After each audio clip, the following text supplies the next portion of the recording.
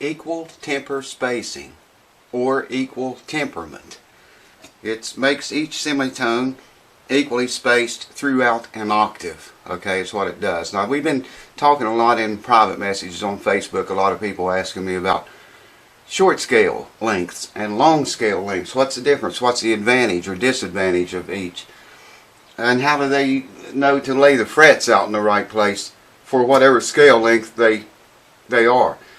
We know Martin has a standard scale length, and they also have a short scale length and a long scale length. And all three of those are totally different from Gibson scale lengths and Fender and some other companies. But how do they all do this? The things that keep coming up, and what's the disadvantages and advantages or whatever to them? Well, very long ago, they came up with this thing called the Rule of 18, okay? They would decide what they wanted their scale length to be, whether it be short, medium, long, whatever. Okay, decide what your scale length is, measure it. Divide 18 into that number. And that will give you a number, a measurement, from your nut to the first fret, okay? And take what's left over, divide 18 into that again, that'll give you another number. That's the distance from the first fret to the second fret. Take what's left over, divide 18 into it, it'll give you the numbers where your third fret will go. And you know, on down the line to however many frets. When you get down to the 12th fret, of course you're halfway there. You could put more frets on, but it would be so close together and probably impossible to reach, especially on acoustic guitars. But that's how they came up with that. And then it was, I don't know when they changed that rule of 18. Well, they honed in on it, you know, as years went by and technology got better and guys and gals got smarter. They changed that number to a more accurate number, 17.817, I think, is the number that you would divide into the scale length, whatever distance your scale that you decided, 17.817, I think, or maybe it's 71. Anyways, that's the number they would divide into the scale length to get, you know, where their frets would go. Okay, the difference in, or the advantages or disadvantages, I don't know if there's that many differences or not. I mean, you know, you're going to get a different, probably with a longer scale length, the strings are going to vibrate a little bit longer. They vibrate in an elliptic pattern, so you know it's longer. You would think it would ring out maybe a little bit, be a little more ballsy. I don't really know if that's the case. You can decide. But bending. Let me give you an example here. Okay, say this is tuned in standard tuning, and it should be. All right. I'm not sure what the scale length on this guitar is, but let's say we put a capo on the second fret. Okay. Now, we're one step higher than we was without the capo. So, leave the capo on the second fret and tune the guitar back down to where it's in this G, again, with the capo on it. Alright? Now, let's just say the capo's the nut now. And, you know, you got a capo on, you hit a G chord, and it is a G, even with the capo on. We just shortened the scale length. One thing that does is make the strings very, very loose. I mean, if you're into bends and stuff like that, short scale length, you'd make it way easier to bend the strings. It's shorter, and you're having to tune it down because it's shorter to get the same pitch. That. I hope that makes sense. If you think about it, it should. But, you know, it changes your sound. It's got to affect your sound and how it rings out.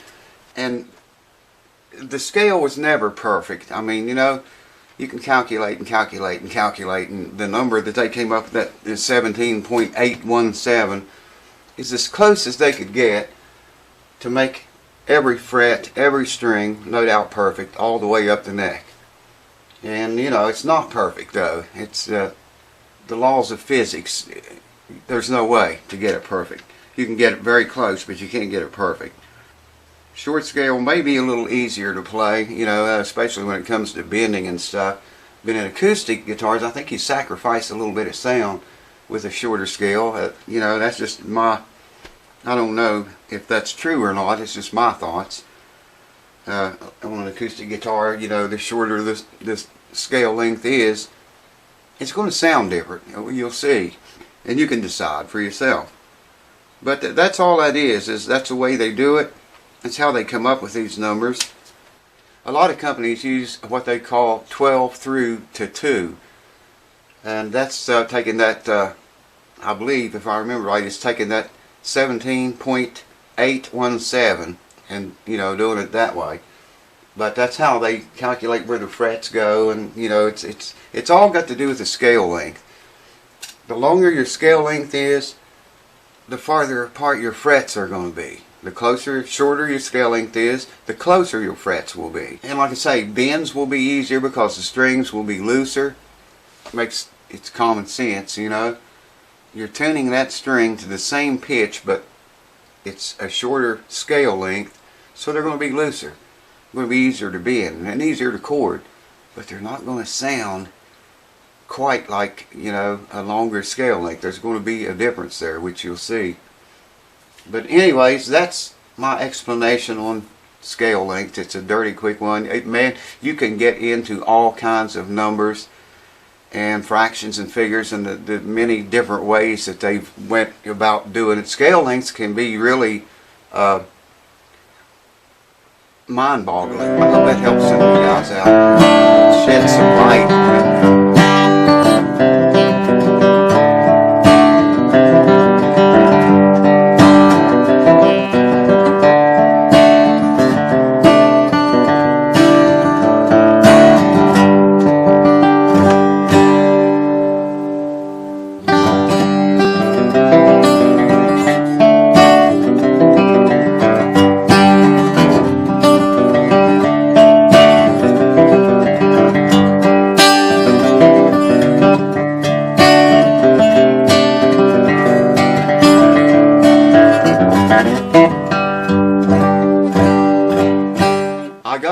I've got an idea for a video. I get all kinds of questions on Facebook, and if you guys ever want to ask me anything, do it on Facebook. Don't do it here on YouTube, because like I say, I don't get notified when I get a private message. YouTube does not notify me or tell me, and occasionally I look in there and I see it. But if you want to get a hold of me, do it on Facebook. And that's what I've been getting, a lot of questions and stuff. So I'm going to do a video of requests. Someone wanted to know how to steam out a dent in a guitar. I'll show you how I do it.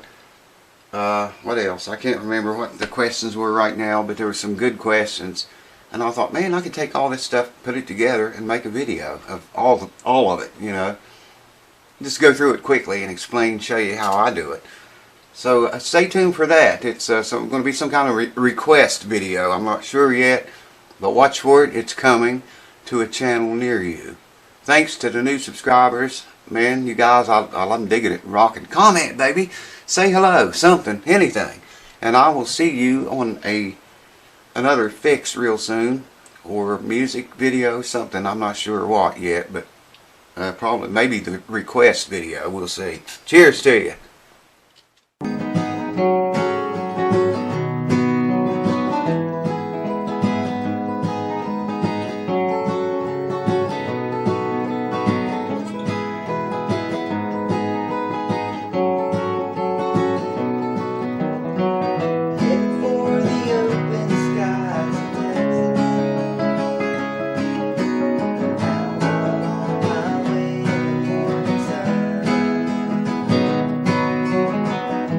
See my